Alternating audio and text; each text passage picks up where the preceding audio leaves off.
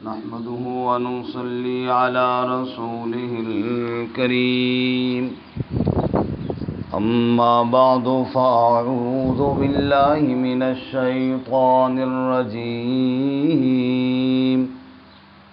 بسم الله الرحمن الرحيم فأنذرتكم نارا تلظى لا يصلاها إلا الأشقى الذي كذب وتولى وسيجنبها الأتقى الذي يؤتي ماله يتزكى وما لأحد عنده من نعمة تجزى إلا ابتغاء وجه ربه الأعلى ولسوف يرضى فأنذرتكم پس میں نے تمہیں ڈرا دیا نارن تلظى بھڑکتی ہوئی آگ سے لا يصلاها إلا الأشقى اس میں داخل نہ ہوگا مگر وہ جو بہت بدبخت ہے الذی کذب وتولی وہ جس نے جھٹلایا اور منہ موڑا وسیجنبها الاتقی اور ان قریب اس سے بچ جائے گا جو بڑا متقی ہے الذی یؤتی مالہ یتزکی وہ جو دیتا ہے مال تاکہ پاک کر لے وما لأحد عنده من نعمت تجزا اور نہیں کسی ایک کے لیے بھی اس کے ہاں کوئی نعمت کوئی احسان جس کا بدلہ دیا جائے الا ابتغاء وجہ ربہ الاعلی مگر صرف اپنے رب کی بلند رضا کو حاصل کرنے کے لیے وَلَسَوْفَ يَرْضَى اور ان قریب راضی ہو جائے گا سبحان ربک رب العزت عما یصفون وسلام علی المرسلین والحمد للہ رب العالمین اللہم صل علی سیدنا ومولانا محمد وعلى آل سيدنا ومولانا محمد وعلى آله وأصحابه أجمعين معزز سامعین سورۃ اللیل آیت نمبر 14 سے لے کر 21 تک تلاوت کی ہیں اللہ تعالیٰ ان آیات کے مطابق صحیح بیان کی توفیق عطا فرمائے اور ہمیں قرآن و سنت پر عمل کرنے کی توفیق عطا فرمائے گزشتہ سبق میں اس سے پچھلی آیات ہم نے پڑھی تھی جس میں اللہ تعالیٰ نے متضاد چیزوں کی مثال دی رات اور دن کی مذکر اور مؤنث کی اور پھر فرمایا تمہاری محنت اور کاوش بھی متضاد ہے ان سعیکم لشتی ایک وہ شخص ہے جو اللہ کی راہ میں دے رہا ہے اللہ سے ڈرتا ہے اور پہلی بات کی تصدیق کرتا ہے تو یہ جنت کی راہ پہ چل رہا ہے دوسرا وہ ہے جو بخل کرتا ہے بے پرواہی کرتا ہے اور اللہ کی آیات کو سچی بات کو جھٹلاتا ہے یہ جہنم کی راہ پر چل رہا ہے اور جب اللہ کی پکڑ آئے گی نہ اس کا مال کام آئے گا نہ اور کوئی چیز کام آئے گی آج کے سبق میں اسی بات کو آگے بڑھاتے ہوئے فرمایا کہ اللہ نے تو تمہیں ڈرا دیا ہے اور بات سمجھا دی ہے اب بدبخت آدمی جہنم میں جائے گا اور خوش نصیب آدمی جہنم سے بچ جائے گا اللہ ہم سب کو جہنم سے محفوظ فرمائے چنانچہ ارشاد فرمایا فَأَنذَرْتُكُمْ نَارًا تَلَظَّى پس میں نے تمہیں ڈرا دیا اس آگ سے جو بھڑکتی ہوئی ہے دہکتی ہوئی بھڑکتی ہوئی آگ جہنم کی اللہ تعالی ہم سب کو اس سے محفوظ فرمائے حدیث میں آیا رسول اللہ صلی اللہ علیہ وسلم نے فرمایا جو آدمی روزانہ یہ دعا پڑھتا ہے صبح و شام اللہم اجرنی من النار اللہم اجرنی من النار، اے اللہ مجھے جہنم کی آگ سے نجات نصیب فرما۔ 7 دفعہ صبح، 7 دفعہ شام، تو اللہ تعالیٰ اسے بچاتے ہیں۔ اللہم اجرنی من النار، اے اللہ مجھے جہنم کی آگ سے بچا۔ اور کبھی سب کے لیے ملا کر پڑھیں تو اللہم اجرنا من النار، اے اللہ ہم سب کو جہنم کی آگ سے بچا۔ فَأَنذَرْتُكُمْ نَارًا تَلَظَّىٰ، پس میں نے تمہیں ڈرا دیا بھڑکتی ہوئی آگ سے۔ لا يَصْلَاهَا إِلَّا الْأَشْقَى، اس میں کون داخل ہوگا؟ اور کوئی نہیں مگر وہی جو بڑا بدبخت ہے۔ سب سے بڑا بدبخت آدمی جہنم میں جائے گا۔ اللہ ہمیں بدبختی سے بچائے اور جہنم کی آگ سے بچائے۔ یہ کون ہے بڑا بدبخت؟ فرمایا الذی کذب وتولی، جس نے اللہ کی آیتوں کو جھٹلایا اور منہ موڑ لیا۔ اللہ کی آیات جس کے سامنے پیش کی گئیں اس نے جھٹلا دیا، نعوذ باللہ۔ اس نے قصوں کی کتاب، کہانیوں کی کتاب کہہ دیا اور اللہ کی آیات سے روگردانی کی۔ جیسا کہ رسول اللہ صلی اللہ علیہ وسلم جب اللہ کا کلام پیش کرتے تو لوگ کبھی کہتے یہ جادو کا کلام ہے، کبھی کہتے کاہن ہے، کبھی کہتے مجنون ہے، غرض ہے کہ جو منہ میں آتا سو کہتے چلے جاتے۔ اللہ فرماتا ہے جس نے میری آیتوں کو جھٹلایا یہی بدبخت ہے، اور جو بدبخت ہے وہ جہنم کا ایندھن ہے۔ وتولا، اور منہ موڑ لیا۔ ایک ہوتا ہے جھٹلانا کہ قرآن پاک اللہ کی آیات کوئی مانے ہی نہیں، جیسا کہ کفار ہیں، اور ایک ہے منہ موڑنا، بس پرواہ نہ کرنا، جیسا کہ کل کے سبق میں ہم نے پڑھا واستغنا۔ کیا پڑھا جی؟ واستغنا، بے پرواہی کرنا۔ بھائی اللہ کا حکم آ رہا ہے، پرواہ کو نہیں ہے اس کو کہ کس کا حکم ہے۔ مثال کے طور پہ اللہ نے کہا ہے سود نہ کھاؤ، لا تأکلوا الربا، وہ کھا رہا ہے اور اسے کوئی آدمی جا کر آیت پڑھ کے سناتا ہے بھائی جو تم کام کر رہا ہے نا یہ وہ حرام کام ہے جس سے اللہ تعالیٰ نے منع کیا ہے، اور جا اپنا کام کر۔ اس نے کیا کر لیا؟ اللہ کی آیت سنی وتولا، اور منہ موڑ لیا، وہ نہیں چھوڑتا۔ اسی طرح ایک آدمی میراث میں بہنوں کے حصے پہ قبضہ کیے ہوئی ہے، اسے کسی نے آیت پڑھ کے سنائی بھائی اللہ تعالیٰ نے میراث میں بہنوں کا حصہ مقرر کیا ہے، اور جا تو اپنا کام کر۔ اس نے سنا اور منہ موڑ لیا۔ یہ ہے وہ بدبخت جس کے سامنے اللہ کی آیات پڑھی جائیں اور منہ موڑتا ہے اور اسے کوئی پرواہ نہیں ہے۔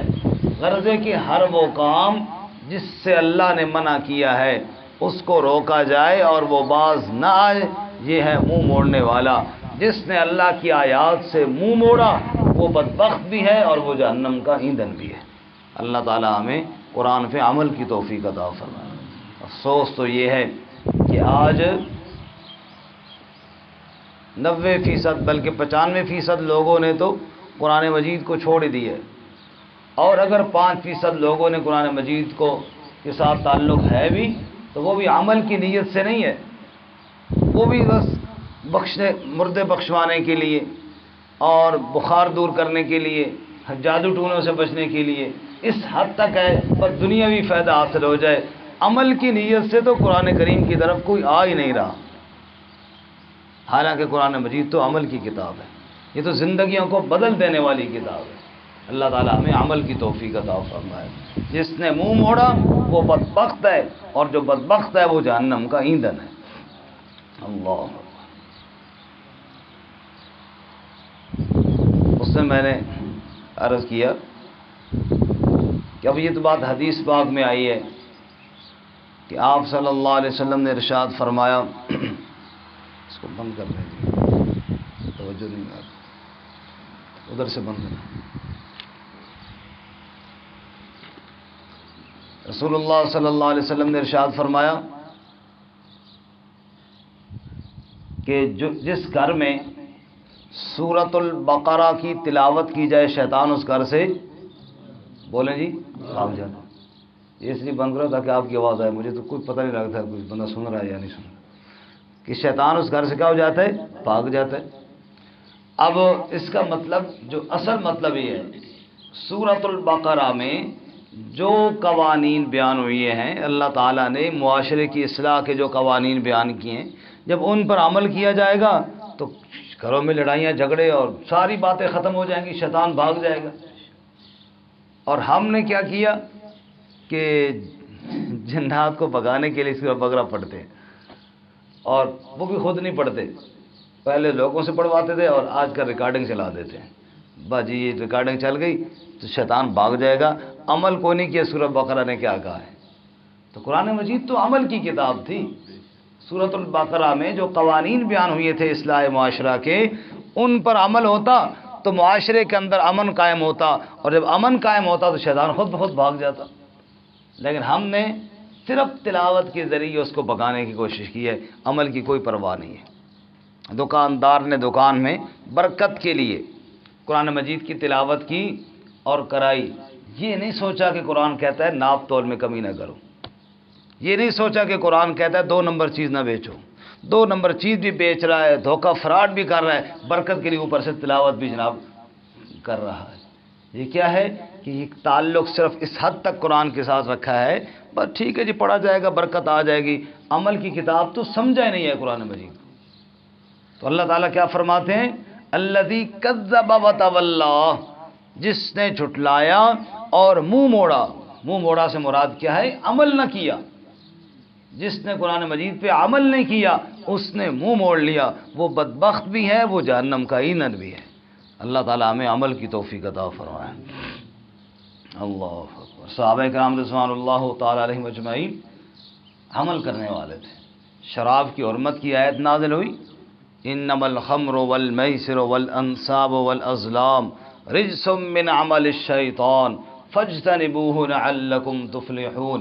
انہوں نے وہ برتن تک توڑ دیے جس میں شراب رکھی جاتی تھی، اور یہ نہیں کہ واپس کرو، انہوں نے کہا گراؤ اور بہاؤ اور ختم کرو، جس چیز کو اللہ نے منع کیا اس کو ہاتھ بھی نہ لگاؤ۔ یہ تھا قرآن مجید کے اوپر عمل کرنا۔ اللہ ہمیں بھی عمل کی توفیق عطا فرمائے۔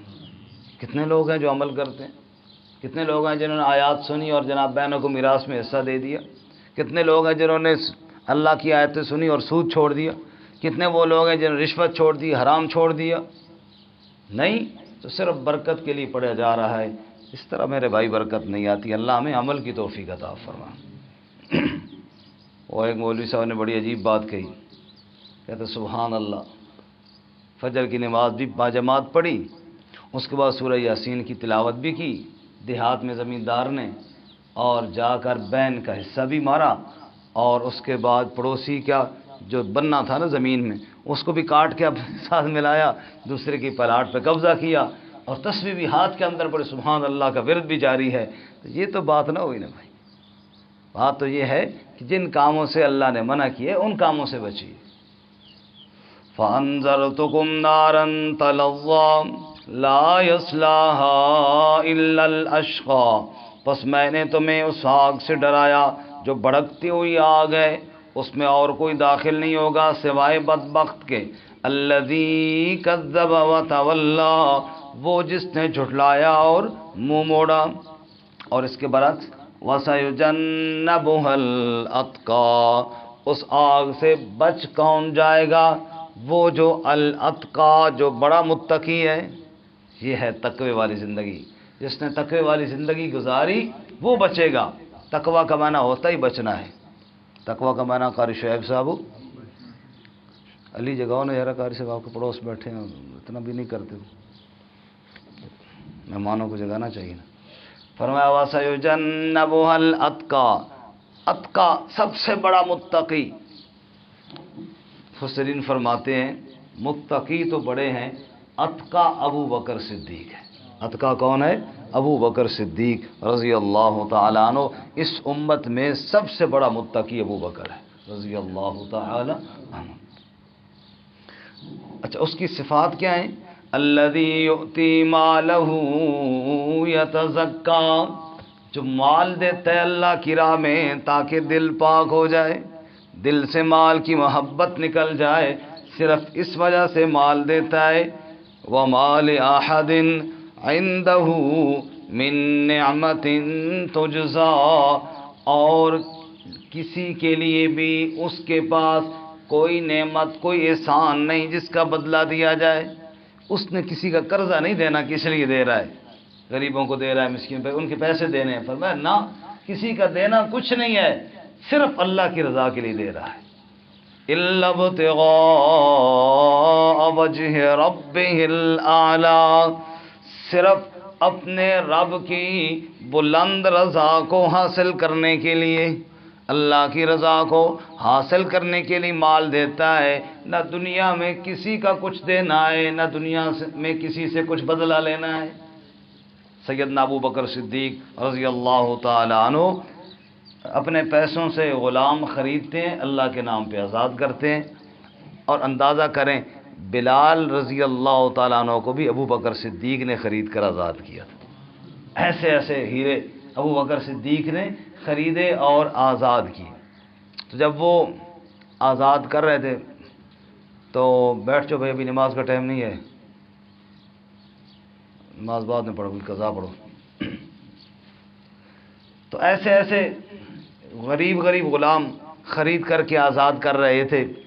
تو ان کے والد نے ان کو مشورہ دیا بھی ابو بکر، ایک تو اس طرح جو تم غلام آزاد کر رہے ہو اس طرح تو سارا مال ضائع ہو جائے گا. چلو اگر غلام آزاد کرنے ہی ہیں تو کم از کم وہ غلام آزاد کرو جو ماشاءاللہ صحت مند ہوں، تگڑے ہوں. کل کہیں جنگ شنگ ہو جائے، ضرورت پیش آئے تو تیرے کوئی ساتھ دینے والے تو ہوں. تو بوڑھے ضعیف سے آزاد کرتا ہے، انہوں نے تیرا ساتھ کیا دینا ہے. ابو بکر صدیق نے فرمایا بابا، میں دنیا کی جنگوں میں کام آنے کے لیے نہیں، میں تو اپنے رب کی رضا کے لیے آزاد کر رہا ہوں. دنیا میں تو مقصد ہی کوئی نہیں ہے.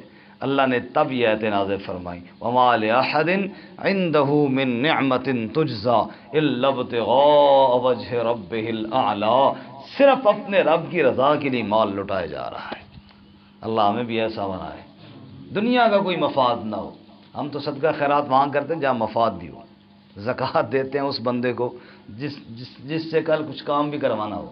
تو چلو یہ زکوٰۃ دے دیے تو سال بھر جناب کوئی بگار میں اس سے کام بھی کروائیں گے، یا کم از کم نمود و نمائش ہوگی. والد صاحب کے لیے اس سال ثواب ہو رہا ہے، خرچے ہو رہے ہیں، دیگیں پک رہی ہیں، لیکن ساتھ خرچے کے ساتھ ساتھ چرچا بھی ہو رہا ہے. خفیہ طور پہ دیا، پتہ ہی کسی کو نہیں چلا، اس کا کیا فائدہ جناب؟ تھوڑا چرچا بھی تو ہو نا.